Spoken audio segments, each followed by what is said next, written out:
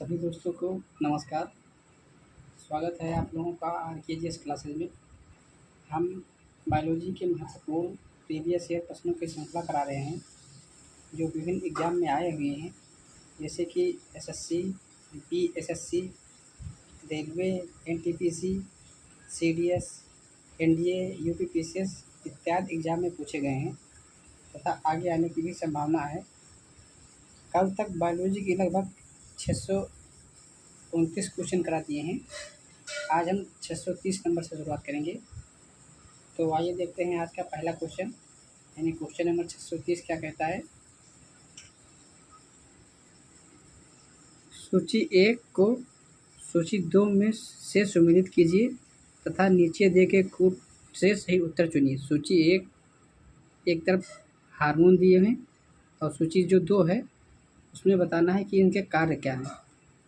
तो पहला है एड्रेनलिन हार्मोन,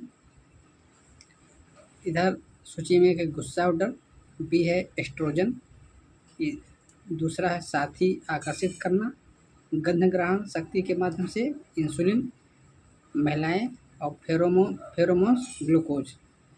तो आइए मैच करा के देखते हैं। तो पहले का जो होगा एड्रेनलिन, यानी एक का होगा एक, यानी पहले का होगा गुस्सा ऑर्डर, यानी जो एड्रेनलिन नामक हार्मोन है ये गुस्सा ऑर्डर को कंट्रोल करता है। तो पहले का हो जाएगा ए।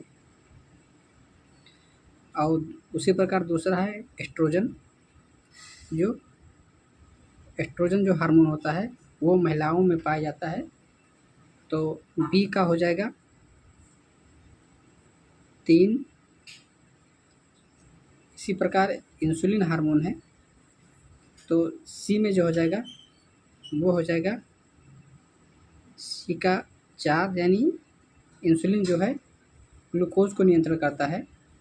और डी है फेरोमोन्स, यानी डी है वो हो जाएगा 2, यानी जो फेरोमोन्स हार्मोन है वो साथी आकर्षित करना, गंध ग्रहण करना शक्ति के माध्यम से।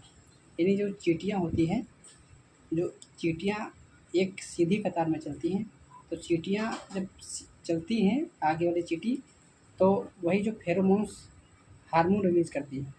तो इससे क्या होता है, जो उनकी गंध होती है वही पीछे वाली चींटी उनका अनुसरण करती रहती है। इससे चींटियाँ एक लाइन में चलती रहती हैं। तो आइए देखते हैं इसमें। पहले में ए में एक नहीं है, ये नहीं हो सकता। ए में एक है, हाँ ये हो सकता है। और सी में भी एक है, ये भी हो सकता है। लेकिन सी में देखना है, बी में देखना है 3, बी में इसमें भी 3 है और बी में इसमें भी 3 है, ये 2 हो सकते हैं।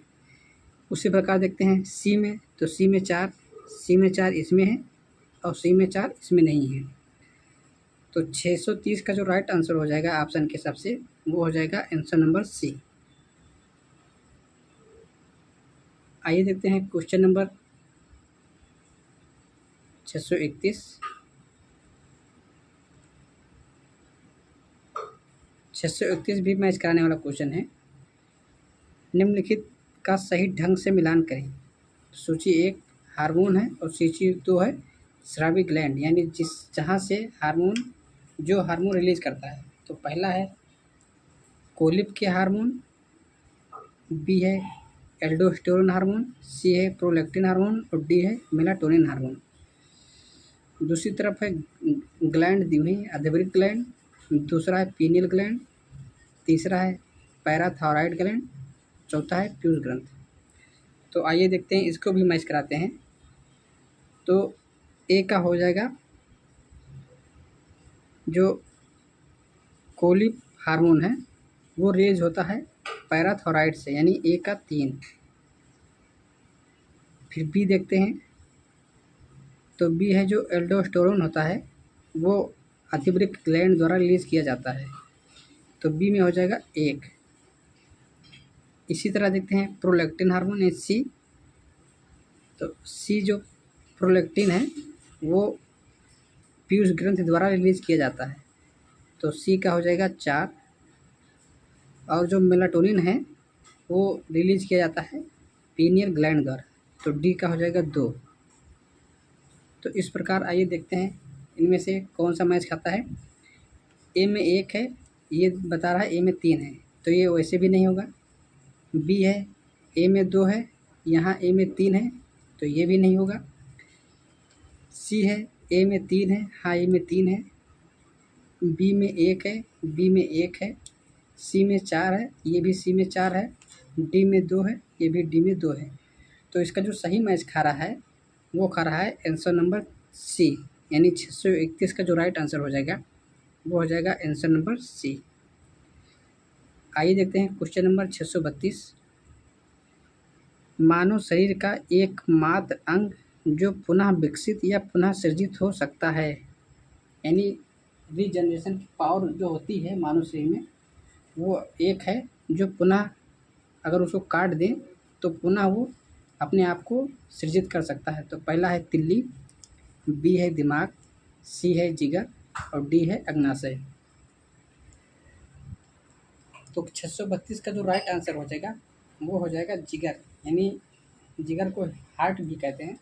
अगर हृदय को अगर काट भी दिया जाए तो उसमें रीजनरेशन की पावर होती है, यानी पुनः सृजित होने की क्षमता होती है। तो 632 का जो राइट आंसर हो जाएगा वो हो जाएगा आंसर नंबर सी। आइए देखते हैं क्वेश्चन नंबर 633। स्टोकी नालिका मानव शरीर के किस भाग में स्थित होती है? पहला है नाक, बी है कान, सी है आँख और डी है गला।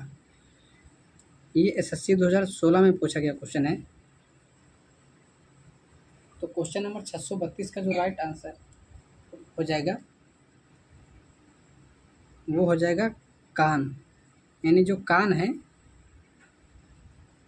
सॉरी 633 का जो राइट आंसर होगा वो हो जाएगा कान, यानी जो स्टोकी नालिका होती है वो कान में होती है। तो 633 का राइट आंसर होगा आंसर नंबर बी। आइए देखते हैं क्वेश्चन नंबर 634। मानव में सबसे बड़ा अंग कौन सा होता है? पहला है त्वचा, बी है बड़ी आँख, सी है छोटी आँख, डी है यकृत। तो 634 का जो राइट आंसर हो जाएगा वो हो जाएगा त्वचा, यानी जो त्वचा है वो मानव शरीर का सबसे बड़ा अंग होता है। तो 634 का जो राइट आंसर होगा वो हो जाएगा आंसर नंबर ए। आइए देखते हैं क्वेश्चन नंबर 635। हमारे शरीर में त्वचा की सतह के नीचे वसा किसके विरुद्ध अवरोधक का कार्य करती है? यानी जो शरीर में जो त्वचा होती है उसके नीचे एक लेयर जो फैट की होती है वो किसे रोकने में कार्य करती है? तो पहला है शरीर से ऊष्मा की हानि, बी है शरीर के अनिवार्य द्रव्यों की क्षति, सी है शरीर के लवण की क्षति और डी है पर्यावरण से हानिकारक सूक्ष्म जीवों का प्रवेश।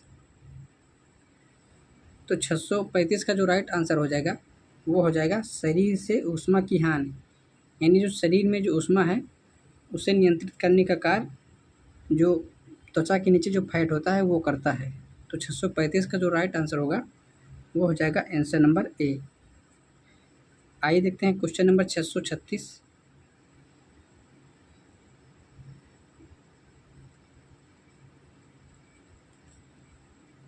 मानव शरीर में जल का अवशोषण हो सकता है। पहला है वृक्क में वृक्कीय नलिका में, दूसरा है यकृत में यकृतीय कोशिका में, तीसरा है बृहदांत्र यानी बड़ी आंत्र में, चौथा है अग्नाशय वाहिनी में। नीचे दिए गए कूट का प्रयोग कर सही उत्तर चुनना है।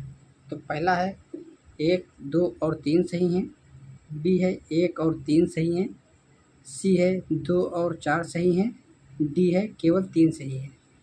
ये CDS 2015 में पूछा गया क्वेश्चन है।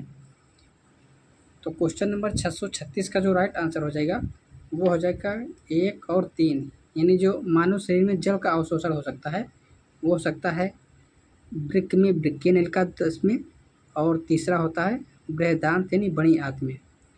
तो 636 का राइट आंसर हो जाएगा answer number B.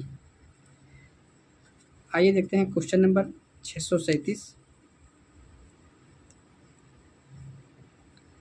Vermi appendix एक है, यानी जो वर्मी अपेंडिक्स है वो क्या है? पहला है समजात अंग है, बी है अवशेषी अंग है, सी है विश्लेषी अंग है और डी है समरूप अंग है। ये झारखंड एसएससी 2015 में पूछा गया क्वेश्चन है। तो जो वर्मी अपेंडिक्स होता है वो एक प्रकार का अवशेषी अंग होता है। तो 637 का जो राइट आंसर होगा वो हो जाएगा आंसर नंबर बी। आइए देखते हैं क्वेश्चन नंबर 638। जीवन बनाए रखने के लिए ऊर्जा चाहिए, निम्नलिखित में से किस एक प्रक्रम द्वारा ऊर्जा प्राप्त होती है? पहला है उपापचय जिसे मेटाबॉलिज्म कहते हैं, बी है भक्षकाणु क्रिया, सी है प्रकाश श्वसन यानी फोटोसिंथेसिस और डी है अपघटन यानी डीकम्पोजर। ये एनडीए 2015 में पूछा गया क्वेश्चन है। तो 38 का जो राइट आंसर हो जाएगा वो हो जाएगा मेटाबॉलिज्म से, यानी जो मेटाबॉलिज्म प्रोसेस होता है उसके द्वारा जीवन को बनाए रखने के लिए ऊर्जा मिलती रहती है। तो 638 का जो राइट आंसर होगा वो हो जाएगा आंसर नंबर ए। आइए देखते हैं क्वेश्चन नंबर 639। निम्नलिखित में से कौन सा एक जैव रूपांतरण मानव शरीर को अधिकतम ऊर्जा प्रदान करता है? पहला है एडीपी से एएमपी में, बी है एटीपी से एडीपी में, सी है एडीपी से एटीपी से एटीपी में, डी है एएमपी में एडीपी में। तो 639 का जो राइट आंसर हो जाएगा वो हो जाएगा एडेनोडाईफास्फेट से एडेनोट्राईफास्फेट यानी आंसर नंबर सी एडीपी से एडीपी। यानी एडीपी का मतलब होता है, एडीपी का तात्पर्य होता है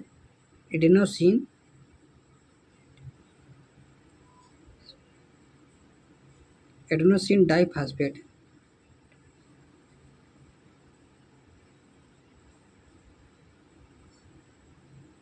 जबकि एटीपी का होता है एटीपी का होता है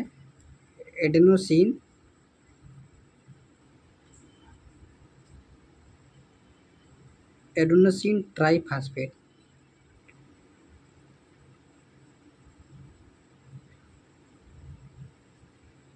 ये इसका फुल फॉर्म होता है। तो वही है एडीपी से यानी एडेनोसिन डाईफास्फेट से एटीपी यानी एडेनोसिन ट्राईफास्फेट में ऊर्जा प्राप्त होती है। तो आज के लिए इतना ही। आप लोग वीडियो को लाइक कीजिए, शेयर कीजिए तथा चैनल को सब्सक्राइब कीजिए। कल एक और नए वीडियो मिलेंगे, तब तक के लिए नमस्कार, जय हिंद, वंदे मातरम।